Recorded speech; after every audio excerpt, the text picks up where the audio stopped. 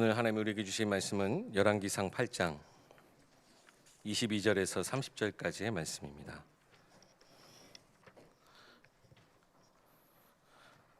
구약 성경 열왕기상 8장 22절에서 30절까지의 말씀입니다. 봉독하겠습니다. 솔로몬이 여호와의 제단 앞에서 이스라엘의 온 회중과 마주서서 하늘을 향하여 손을 펴고 이르되 이스라엘의 하나님 여호와여, 위로 하늘과 아래로 땅에 주와 같은 신이 없나이다. 주께서는 온 마음으로 주의 앞에서 행하는 종들에게 언약을 지키시고 은혜를 베푸시나이다. 주께서 주의 종 내 아버지 다윗에게 하신 말씀을 지키사 주의 입으로 말씀하신 것을 손으로 이루심이 오늘과 같으니이다.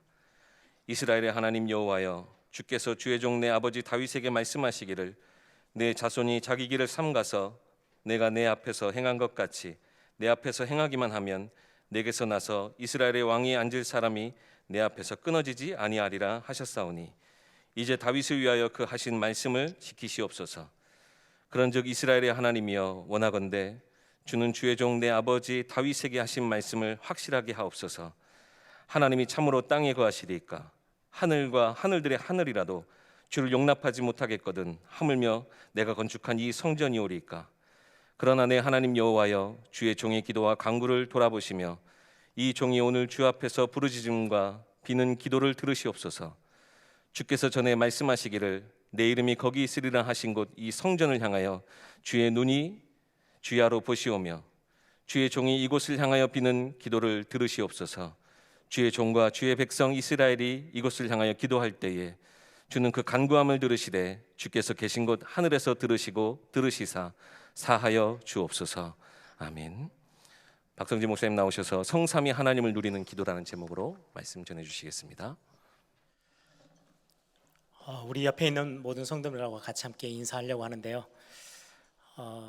제가 어릴 때 이제 다들 물어보면 커서 뭐 될래? 그러면 목사 될 거예요 라고 했더니 제 외삼촌 한 분이 너는 눈썹이랑 인상이 너무 무섭게 생겨서 성도님들 이렇게 통성기도 하자고 하면 눈 감고 눈 뜨고 나면 다 도망가고 말 거야, 뭐 이런 이야기도 하시던데요. 지난주는 제 친구 한 명이 제 설교하는 거를 이렇게 영상으로 봤나 봐요. 그러더니 문자가 왔어요. 성진아, 제발 설교할 때 좀 웃는 모습으로 좀 해라. 근데 제가 오늘 또 성경 내용을 이렇게 제 메시지를 쭉 정리하는 거 보니까 웃을 일이 별로 없어요. 그래도 인사할 때라도 웃어야 되겠다라고 싶어서 우리 옆에 있는 성도님들에게 그렇게 인사하십시다. 당신은 응답받는 하나님의 자녀입니다. 한 번 더 웃으시면서 기도에 도전합시다. 기도라는 거는 그냥 불신자들도 세상 사람들도 무속신앙을 가지고 있는 사람도 참 많죠. 요즘 뭐 대통령 후보 중에 뭐 무속과 연결됐다 막 그래서 막 신문 지상에 뉴스에 막 많이 떠들고 있는데 그 사람의 문제만이 아니고요. 연약한 사람이든 성공자든 상관없이 앞의 일을 모르기 때문에 누군가에게 도움을 얻고 누군가에게 이렇게 앞을 좀 내다보는 거를 좀 힘을 얻고 싶어서 찾아가는 게 무속입니다. 조금 수준 있는 사람들은 종교를 찾아가기도 하죠. 또 우리 한국 같은 경우는 조상들을 제사를 지내요. 조상님들에게 조금이라도 복을 좀 더 얻고 싶어서. 어떤 사람들은 자기가 사람들이 만들어 놓은 돌로 나무 깎아서 만들어 놓은 형상 앞에 가서 빌기도 합니다. 그렇게 기도도 합니다. 그런데도 응답 같은 게 와요. 어떤 사람은 나는 그런 수준 아니야 그러면서 신념을 굉장히 강하게 딱 갖고 있는 사람들도 있어요. 근데 그 신념 때문에 뭔가 일이 일어나요. 생각지도 못했던 뭔가 응답이라고 자기들은 말하는 것들이 생겨나요. 근데 그게 결국은 굉장한 심각한 귀신의 역사 뒤에 영적인 문제를 가져다 주는 것은 전혀 알지 못하고 성경에만 그걸 밝히고 있으니까 모르고 자꾸 그 방향으로 가요. 그런데도 실제 삶의 상태에서는요, 뭔가 일이 일어나요. 그러니까 자꾸 그쪽으로 찾아갈 수밖에 없는 거죠. 근데 우리의 기도는 그 수준에 있는 게 아닙니다. 우리의 기도는 하나님을 바라보는 거예요. 야베스가 기도했던 그 기도처럼 한나가 기도했던 기도처럼 이스라엘의 하나님께 아뢰되, 이건 굉장한 중요한 비밀이에요. 우리를 머리끝에서 발끝까지 우리를 지으신 하나님, 우리의 생사화복의 주관자 되신 그 하나님, 오늘 본문의 23절에 보니까 이스라엘의 하나님 여호와여 위로 하늘과 아래로 땅에 주와 같은 신이 없나이다. 예전 성경에는 상천하지라고 이렇게 한자를 썼는데요, 하늘 위로도 땅 아래로도 품을 수 있는 하나님 같은 존재는 없다는 거예요. 수많은 귀신들은 있는데 하나님처럼 위대하시고 크신 하나님은 없으시다. 우리는 그 하나님께 기도한다. 오늘 솔로몬도 그 천하 만물을 다스리시고 주관하시는 그 하나님 앞에 기도하러 엎드리는 거예요. 우리의 기도는 그러한 겁니다. 그래서 우리는 하나님을 향한 집중, 하나님을 향해서 시선을 드는 거, 여러분 이게 대단한 게 아니고요, 하나님이 우리를 지으셨을 때 뭔가 노동력이 필요하고 뭔가 많은 것들을 우리를 시켜서 해야 될 일이 있어서 우리를 지으신 게 아니에요. 그냥 하나님은 우리를 지으시고 함께 교제하고 눈을 마주치고 함께 사랑을 나누는 대상으로 우리를 지으셨어요. 그래서 여러분들 막 바쁘게 일을 하시다가도 뭐 커피 한 잔 잠깐 마시는 시간 있죠. 외국 사람들은 보니까 커피 한 잔 앞에다 두고 뭐 30분씩 1시간씩 앉아서 이렇게 커피 하면서 담소를 나누더라고요. 우리 한국 사람들은 이렇게 믹스커피 하나 타면은 후 불어가지고 그냥 꿀꺽꿀꺽 마셔버리죠. 30초도 안 걸릴 때도 있어요. 그런데 그 시간이라도 괜찮아요. 그 짧은 시간인데도 불구하고 여러분들의 시선을 들어서 막 복잡하게 여러분들을 막 되게 힘들게 만드는 그 상황에서 눈을 들어서 내 일상을 멈추고 하나님을 바라보는 시간. 아니 귀신한테도 물 뜯어놓고 비는 사람에게도 뭔가 일이 일어나는데 우리의 기도에 응답하시는 창조주 하나님 앞에, 우리를 구원하신 아버지 하나님 앞에 우리가 시선을, 눈을 들고 시선을 마주치고 하나님께 집중한다는 그 시간은요, 엄청난 시간입니다. 기도는 하나님의 것을 붙잡는 거죠. 아까 우리 장로님이 기도했던 것처럼 내 것이 아닌 하나님의 것, 하나님의 말씀, 하나님의 능력, 하나님의 계획, 이거 붙잡는 시간이 기도의 시간이에요. 뿐만 아니라 기도는 진짜의 내 모습, 나의 현 주소를 찾게 만들어요. 여러분들은 이제는 구원받은 자들입니다. 그래서 우리는 복음 안에 있고 그리스도 안에 있는 자들이에요. 그래서 우리는 옛것은 지나갔어요. 하나님이 새롭게 하셨다고 우리를 새롭게 다시금 창조하셨어요. 새로운 피조물이라. 이전 것은 지나갔대요. 우리는 복음 안에서 그리스도 안에서 새롭게 태어난 자들이에요. 그래서 여러분들의 진짜 모습은 거기에서 찾으셔야 돼요. 옛날 모습 가지고 자꾸 내 연약한 모습 쳐다보면 결국은 또 힘 빠지는 거거든요. 하나님 우리에게 기도할 때마다 새 힘을 주시고 은혜를 베푸시는 하나님이십니다. 그래서 지난주 지지난주 말씀처럼 기도는 절대 안 바뀔 것처럼 뭔가 잘 안 풀리고 뭔가 자꾸 어려움으로 다가서는 우리의 삶의 흐름을 완전히 뒤바꾸는 시간. 나면서부터 뭔가에 꽉 묶여있는 우리의 삶, 세상 사람들은 그걸 운명이라고 하는데 그 운명을 완전히 바꿀 수 있는 시간이 기도의 시간입니다. 왜요? 하나님이 응답하시고 우리의 흐름을, 우리의 모든 삶의 부분들을 바꾸실 수 있는 분이시기 때문에 그렇습니다. 그래서 여러분들 오늘 우리가 기도에 대한 메시지를 계속해서 몇 주간 계속 같이 함께 나누고 있죠. 이번 기회 때 여러분들이 실제 기도의 자리로 이렇게 여러분들이 찾아가 보는 시간이 꼭 되기를 바랍니다. 기도는 반드시 응답이 있고 기도 안에 굉장한 능력이 있습니다. 여러분들이 이번 2022년을 시작하면서 그냥 알고 있는 24, 정시기도, 무시기도 그런 많은 단어들이 여러분들 그런 단어에 매여 있지 마시고 실제 기도의 자리로 들어가셔서 진짜 응답을 찾는 시간 되길 바랍니다. 하나님은 우리에게 뭔가 대단한 것을 해라가 아니고요, 그 30초도 안 되는 시간 하나님 앞에 시선을 들고 하나님 앞에 눈을 마주치고 하나님께 집중하는 그 시간에 우리 모든 인생의 모든 것들을 다 하나님은 새롭게 하십니다. 그게 우리가 가지고 있는 복음 가진 하나님의 자녀들의 기도의 비밀입니다. 오늘 저는 이 본문이 열왕기상 8장은 솔로몬의 기도라고 제목이 붙어 있고요, 이 솔로몬의 기도가 그냥 나온 기도가 아니고 오랫동안 다윗이 꿈꿔왔던 성전, 다윗 시대 때는 성전이 없었어요. 건물로 되어 있는 게 아니고 천막, 성막이라고 하는 장막으로 지어져 있는 성막에서 거기서 예배하고 제사하고 또 하나님이 이스라엘 백성들을 만나 주시고 했던 그곳.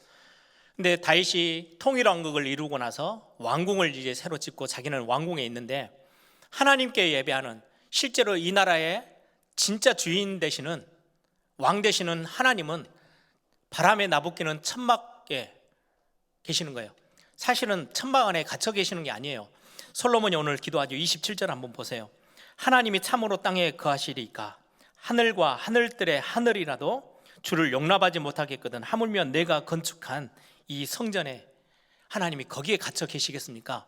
하나님은 온 우주 만물에 계시는 분이신데, 그럼에도 불구하고 다윗이 소망했던 거는요, 그 바람에 나부끼는 천막으로 되어 있는 그 장막에 거하시는 하나님, 이게 너무 안타까운 거예요. 그래서 성전을 지어드리기를 소망했어요. 아름다운 성전을, 다윗의 중심이죠. 근데 하나님이 너는 너의 손으로는 많은 피를 흘렸기 때문에 네 손으로는 거룩한 성전을 짓기는 어려워. 그래서 아들 솔로몬이 그 뜻을 받들어서 성전을 짓고 완공하게 되죠. 그래서 이 솔로몬의 기도를 저는 보면서 제 삶에 있어서 제 기도가 굉장히 많이 바뀌었어요. 저에게도 어려움의 시간들이 있었고 뭔가 답답하고 힘든 시간들, 또 제가 응답받고 싶었던 야베스처럼 내 현실의 상황 속에서 응답의 어떤 기도 제목들을 가지고 기도했던 때가 참 많이 있어요. 교회 이제 아버지가 개척을 딱 시작하시고 얼마 되지 않으니까 경제적으로 굉장히 힘들고, 그래서 그때만 해도 학교를, 중학교, 고등학교를 가까운 데 가야 될, 왜냐니까 멀리 가면은 교통비가 더 들잖아요. 스쿨버스를 탄다든지 교통비가 더 들기 때문에 그냥 제 마음에 이제 기도 제목이 가까운 학교를 가면은 조금 경제적으로 조금이라도 더 보탬이 되지 않을까? 그거 놓고 기도했는데 진짜로 가까운 학교를 가게 됐어요. 바로 앞에 있는 광덕중학교, 서석고등학교. 나중 되니까 후회되더라고요. 야, 내 평생에 스쿨버스를 한번 타봐야 되는데 뭐 그런 생각이 들어가지고 한 번도 타보지는 못했어요. 걸어가면 5분 거리니까. 그거 응답받고도요, 너무 감사하다고 막 하고, 제가 그때는 중학생, 고등학생이니까 돈이 없으니까 제가 돈이 좀 있었으면 감사금 들고 하나님 앞에 감사금도 드릴 만큼 야, 응답받았다 막 그랬거든요. 제 수준이 딱 그 수준에 있었던 제가 어느 날 솔로몬의 이 기도, 열왕기상 8장에 있는 이 기도를 보면서 제 기도의 색깔이 완전 바뀌었어요. 아, 기도가 그런 게 아니구나, 기도는 엄청난 거구나 라는 걸 알게 되어지고, 제 기도의 제목과 제 생각과 기도의 색깔 자체가 바뀌기 시작했어요. 오늘 그 부분을 놓고 오늘 좀 같이 함께 나누어 보려고 합니다. 저는 솔로몬의 기도를 이렇게 보면서 굉장히 이전에 경험하지 못했던 영적인 흥분, 기대감, 막 소망, 이런 것들이 생기는 거 있죠. 오늘 여러분들이 오늘 이 말씀 본문을 같이 함께 나누면서 여러분들의 삶에서의 기도라고 했을 때, 야, 기도하면 되는데, 이런 어떤 영적으로는 굉장한 기대감과 소망이 여러분들에게 깊이 담기는 시간이 되기를 소망합니다. 솔로몬의 기도를 보면 솔로몬이 성전을 다 완공해 두고 모든 백성들을 그 솔로몬 성전 앞으로 다 모읍니다. 모아가지고 거기에서 이제 회중들과 함께 하나님 앞에 기도하는 기도의 내용이 오늘의 본문입니다. 솔로몬이 지었던 그 성전, 다윗이 모든 것들을 다 준비했어요.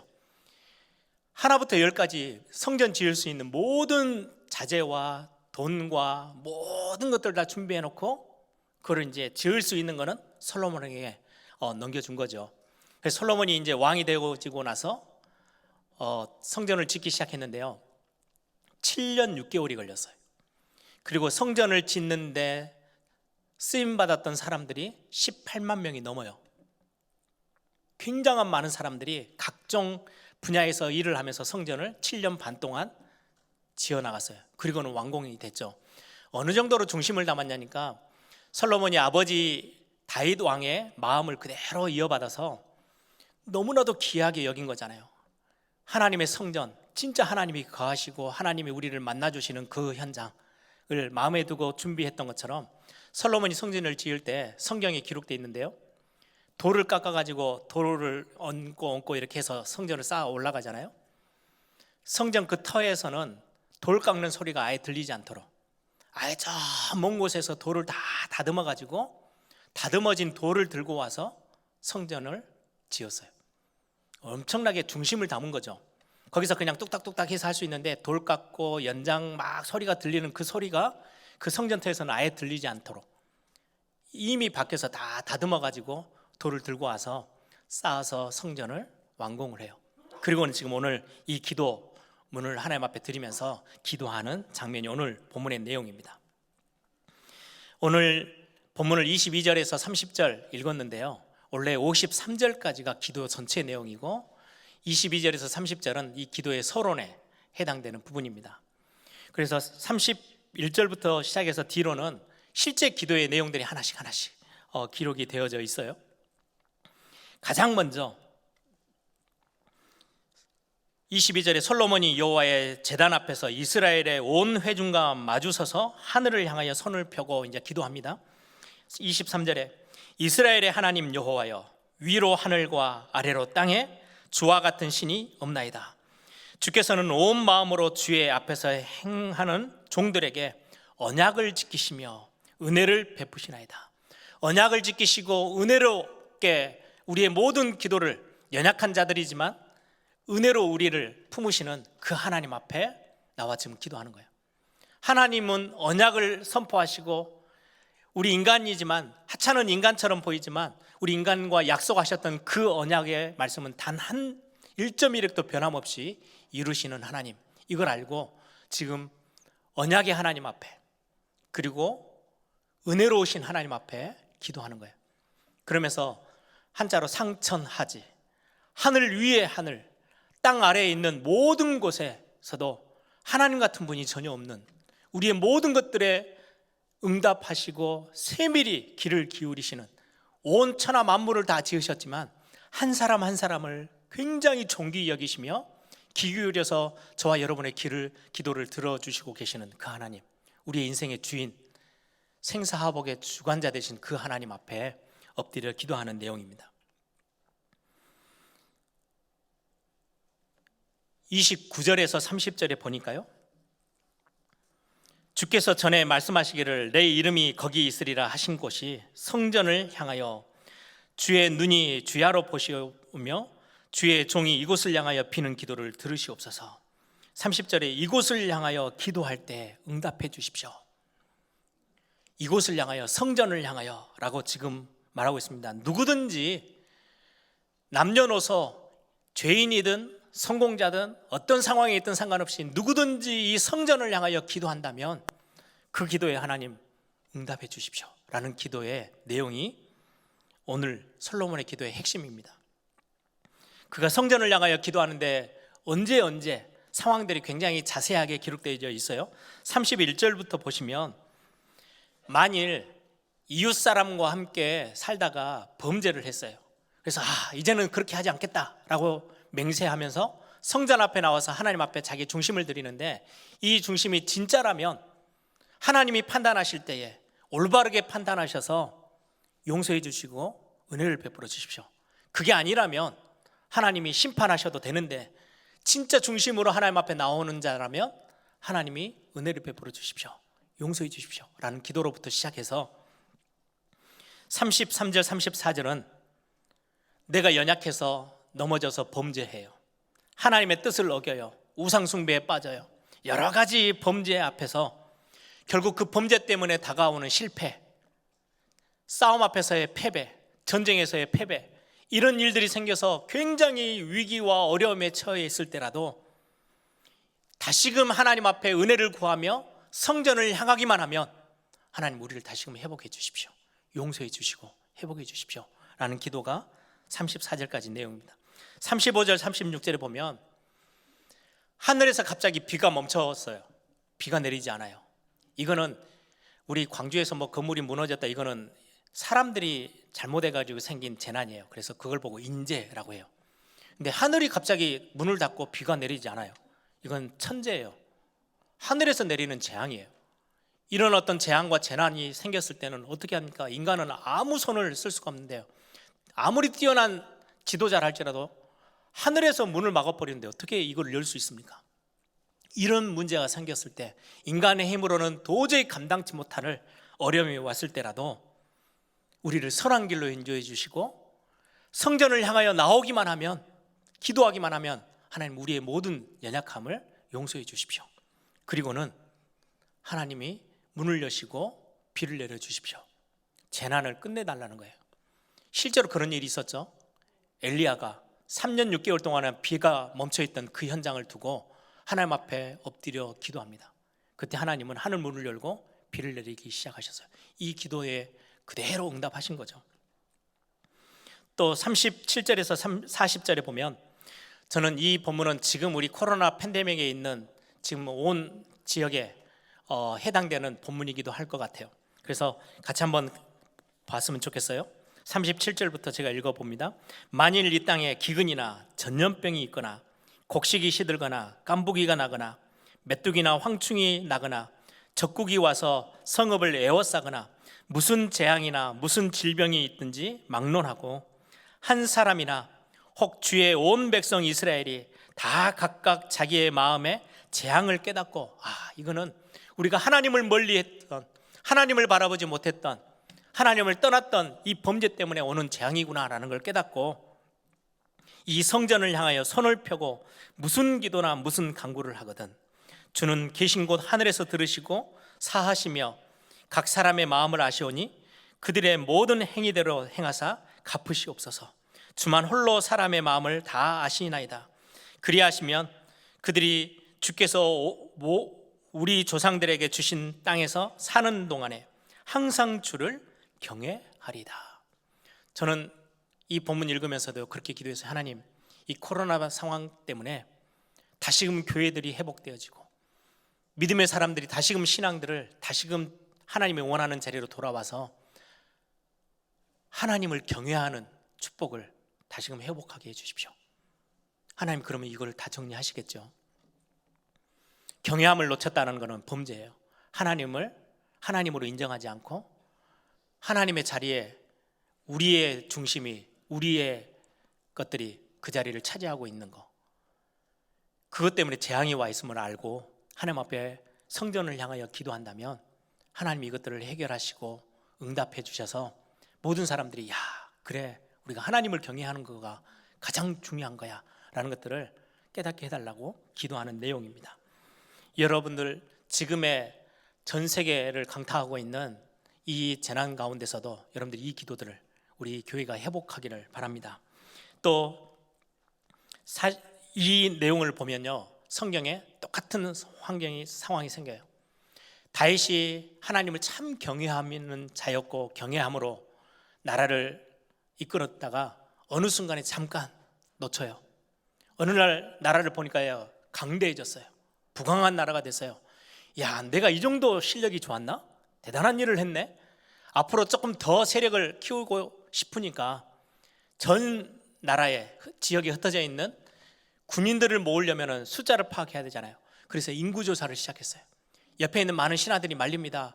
이 나라를 하나님이 세우셨지 우리가 한 게 아니지 않습니까? 그런데도 어느 순간에 교만한 마음이 들어서 인구조사를 시작해요. 그때 하나님이 엄청난 재앙을 이스라엘 백성들에게 행하시는데요, 3일 동안 전염병이 돌았는데요, 7만 명이 죽었어요. 엄청난 재난이. 그때 다윗이 금방 깨닫고 하나님 앞에 엎드립니다. 제단을 쌓고 예배하며 하나님 앞에 하나님을 바라보면서 기도합니다. 그때 하나님이 그 재앙을 일으키던 천사의 칼을 칼집에 딱 꽂게 하시고 그 문제를 해결해 주셔요. 나라를 다시금 부강하게 하세요.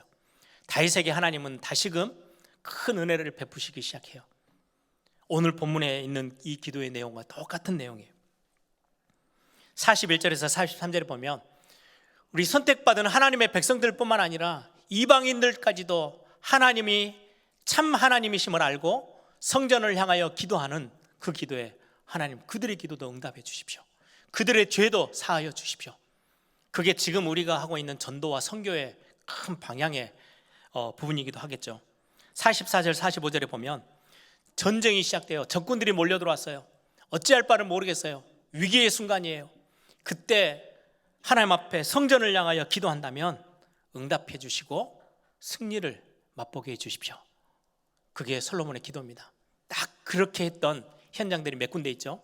히스기야가 아수르 나라 사네립이 군대 18만 5천 명을 데리고 쳐들어왔을 때, 전쟁을 하자고 딱 버티고 서 있을 때 어찌할 바를 몰라요. 죽게 생겼어요. 전 세계를 지금 완전히 휘어잡고 있는 아수르 군대, 그것도 주된 군대가 딱 앞에 서 있는데요, 그때 하나님 앞에 성전에 올라가 기도합니다. 이 내용 그대로. 그때 하나님이 그날 밤에 천사를 보내서 18만 5천 명을 하룻밤 사이에 생명을 다 걷어가십니다. 승리케 하시죠. 여호사밧 왕이 적들이 쳐들어와서 전쟁을 시작하자고 시비를 걸 때, 어찌할 바를 모를 때 하나님 앞에 성전에 올라가 기도합니다. 이 기도의 내용 그대로를. 그때 하나님은 싸우지 않고 승리할 수 있는 응답을 여호사밧에게 하나님은 허락하셨어요. 46절에서 마지막 50절까지는요, 이미 실패해버려 가지고요, 강대국에게 포로로 잡혀가서 자기 고향 땅에 머물지도 못하고 완전히 먼 나라에 끌려가 있는 상황이라 할지라도 하나님의 은혜를 사모하며 하나님의 응답을 기대하면서 성전이 있는 쪽을 향해서 저 멀리서 영 다른 나라의 포로로 잡혀가 있지만 그곳에서 하나님을 바라보며 기도한다면 하나님이 회복해 주십시오. 다니엘이 그 기도를 한 거예요. 저 이국 저 바벨론 땅에 포로로 잡혀갔지만 매일 창문을 열어놓고 성전이 있는 예루살렘이 있는 쪽을 향해서, 성전이 있는 쪽을 향해서 기도합니다. 하나님은 그의 기도를 들으시고 민족을 다시금 회복시키기 시작하세요. 이런 기도의 내용들입니다. 이걸 보고 언약 기도라고 합니다. 하나님이 약속하신 그 약속, 하나님이 이 기도를 들으시고요, 그래 내가 그렇게 할게 라고 이스라엘 백성과 솔로몬과 하나님이 약속을 맺어요. 너희들이 성전을 향하기만 하면 내가 응답해 줄 거야.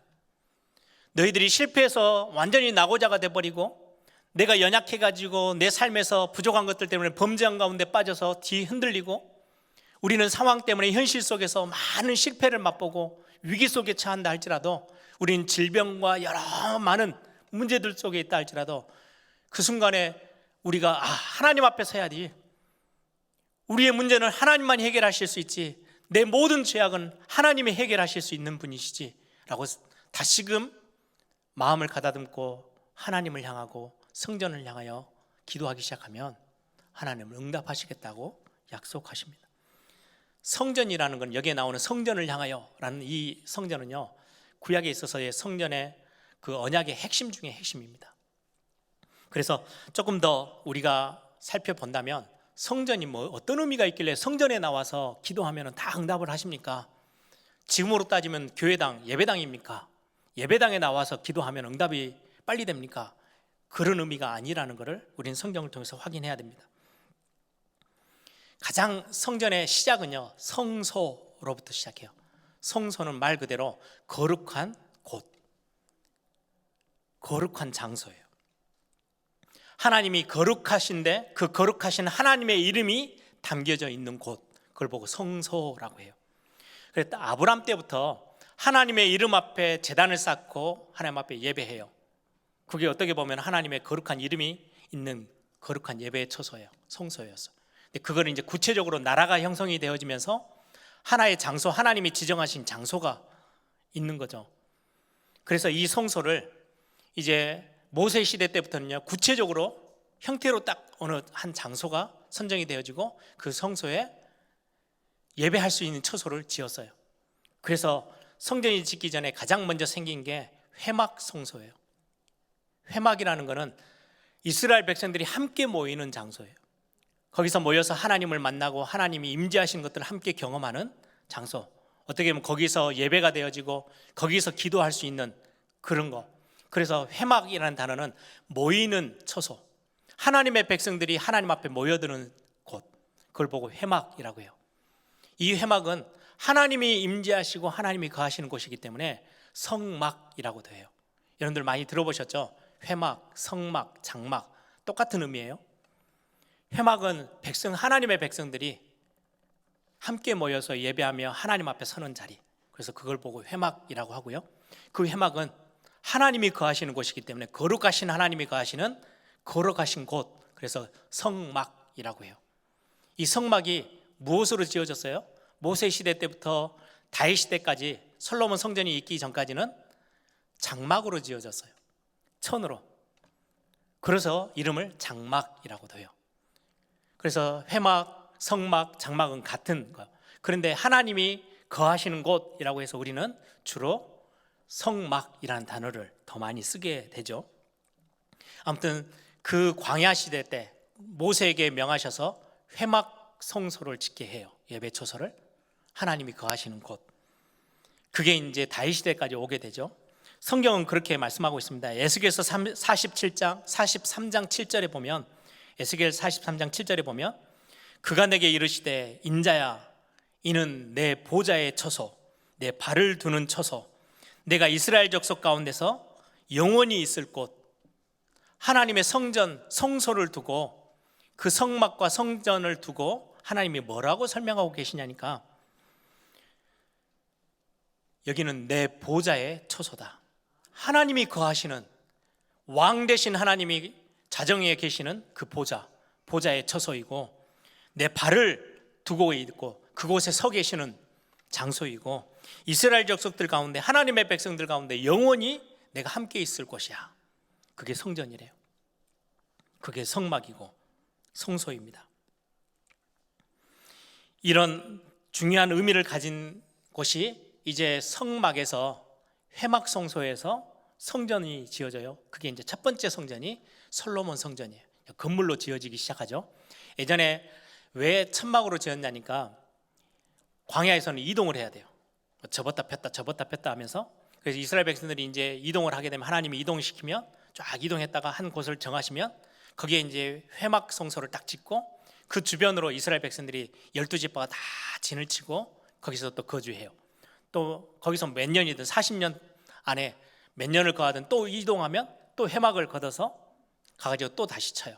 이제 그게 반복되다가 가나안 땅에 들어가고, 이제는 그곳에 처음에는 여기에 있다가 저기에 있다가 언약에 따라서 계속 움직이다가 이제 한 곳을 딱 정해서 거기에 이제 성전이 형성이 되게 된 거죠.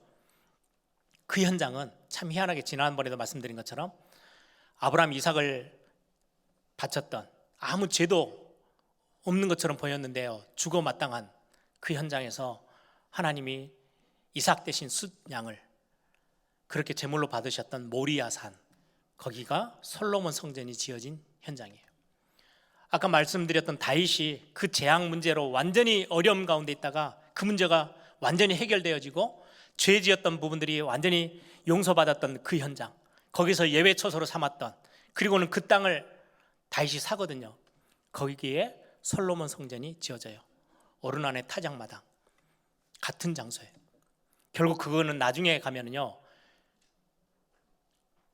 갈보리산, 십자가가 섰던 그 현장과 연결이 되어져요. 우리 모든 문제를 해결하는 그 장소, 성전. 그래서 어떻게 보면 성전, 성소는 장소의 문제가 아니고 하나님이 임재하시는 곳, 하나님이 함께 하시는 곳, 그런 의미가 있죠. 아무튼 솔로몬 성전이 지어지고 나서 나중에 바벨론 나라가 쳐들어왔을 때 다 불타버리고 없어져 버려요.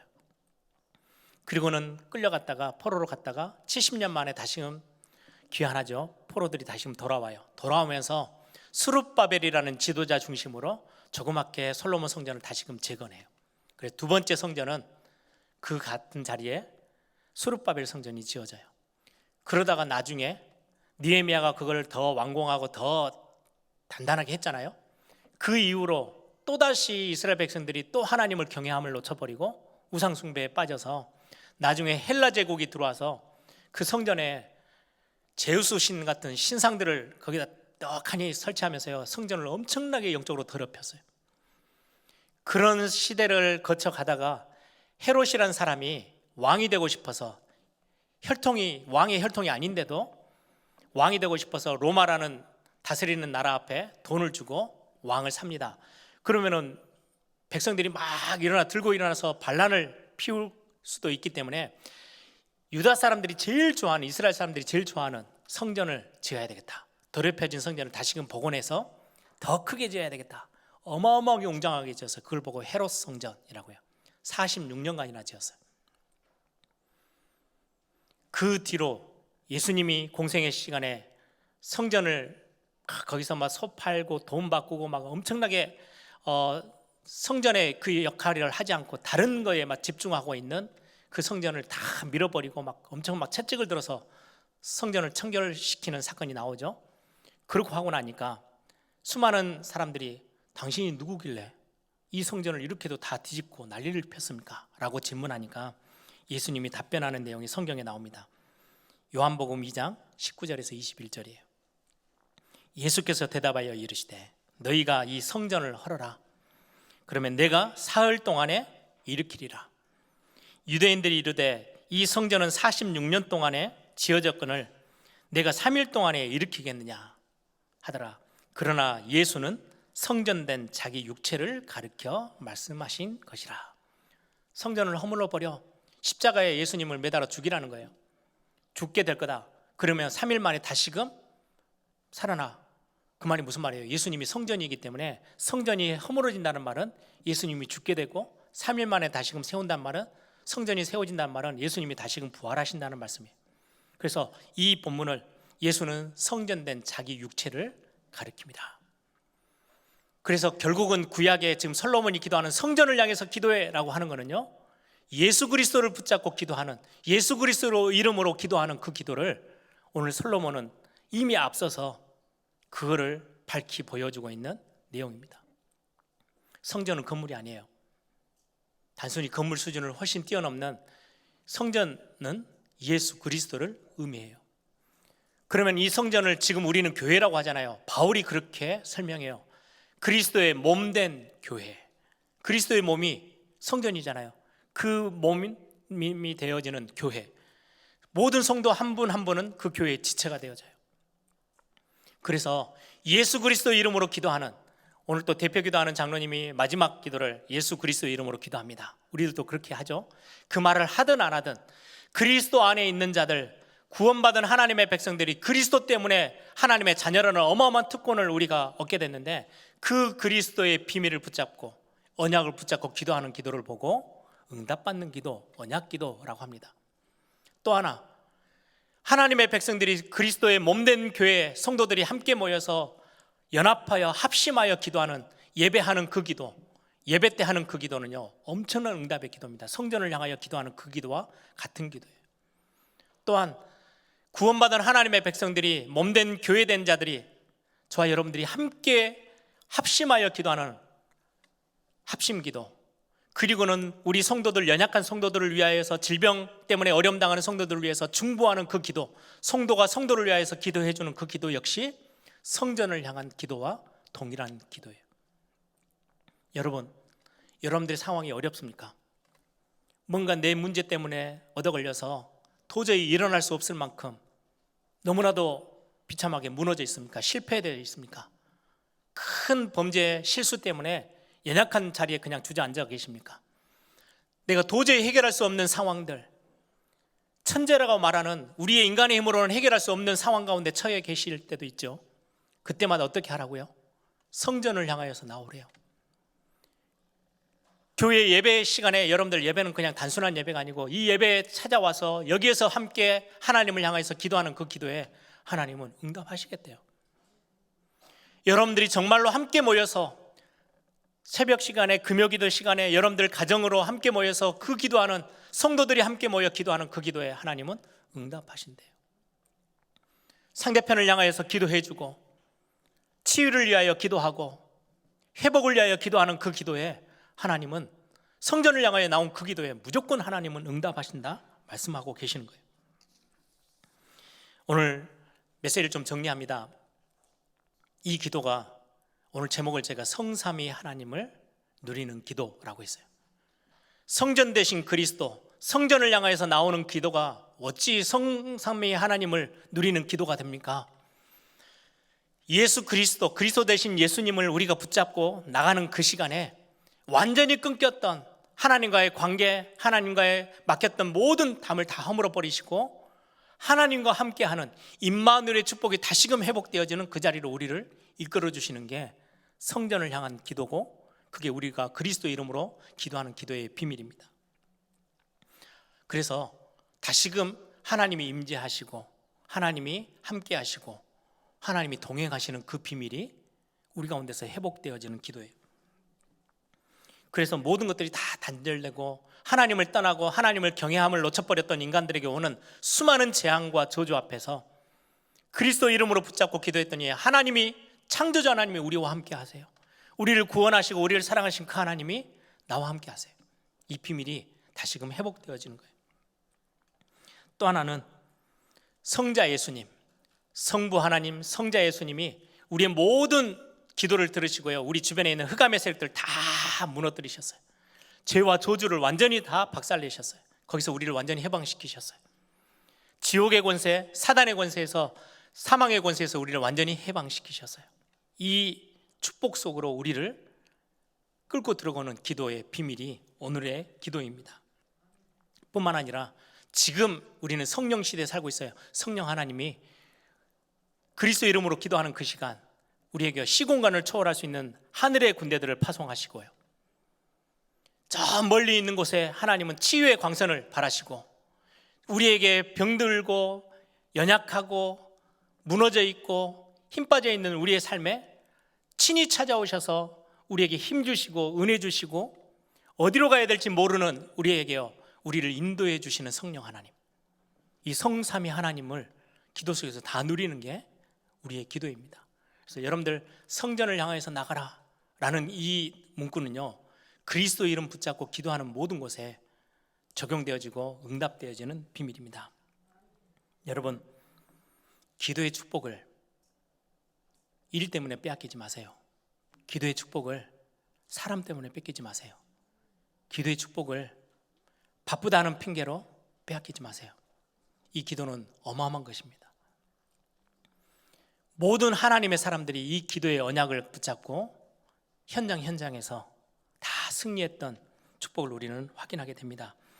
오늘 이 말씀을 딱 붙잡기를 바랍니다. 여러분들 혹시 실패 자리에 계십니까? 성전을 향하여 나가는 기도, 성삼위 하나님의 비밀을 다시금 여러분의 것으로 삼고 누릴 수 있는 그 기도의 자리로 나오시기 바랍니다. 너무 앞뒤가 꽉 막혀서 어찌할 바를 모르겠어요. 내 힘으로는 도저히 풀릴 수 없는 문제 앞에 있어요. 그때 성전을 향하여서 기도하기 시작하시면 돼요. 그리스도 이름으로 여러분들이요, 기도하시면 돼요. 예배 자리에 찾아 나오셔서 기도하시면 돼요. 함께 성도들끼리 함께 모여서 합심하며 기도하며 중보하며 기도하는 그 기도 가운데 하나님은 하늘 문을 여시고 모든 재앙을 멈추시고 우리를 회복하시며 새롭게 하시는 응답이 우리의 기도 가운데 있습니다. 여러분들 이번 한 주뿐만 아니라 2022년에 마음껏 이 축복들을 찾아 누리는 중요한 우리 모든 에일교회 성도님들 되기를 소망합니다.